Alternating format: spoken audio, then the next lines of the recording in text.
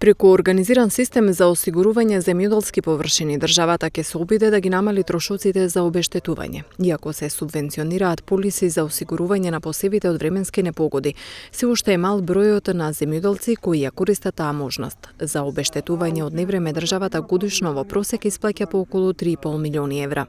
Приоритетот на Министерството е насочен кон зголемување на земјоделските површини, на приносот и квалитетот на земјоделските производи.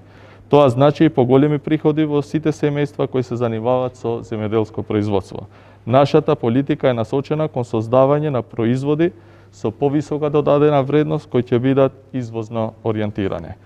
Климатските промени се наметнуваат како сериозна закана за земјоделското производство. Со години земјоделците се соочуваат со влијанието на природните непогоди за кои Министерството и Комисијата за штети при владата на Република Северна Македонија исплаќа во просек 3,5 милиони евра годишно на основ штети од временски непогоди.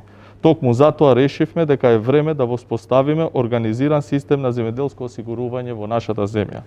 За таа цел стапивме во контакт со Министерството за земјоделство во Турција и со Агенцијата за управување со земјоделскиот осигурителен систем ТАРСИМ и побаравме нивна поддршка во процесот на воспоставување на овој осигурителен систем. Освен осигурувањето на посевите, континуиран проблем представува и откупот на тутун. Веќе стапија во сила законските измени и продолжува откупот на преостанатите 1500 тони тутун. Сепак, доколку не се откупи целиот тутун, властите ќе интервенираат со дополнителни законски измени со цел да им се овозможи на производителите да го извезат тутунот.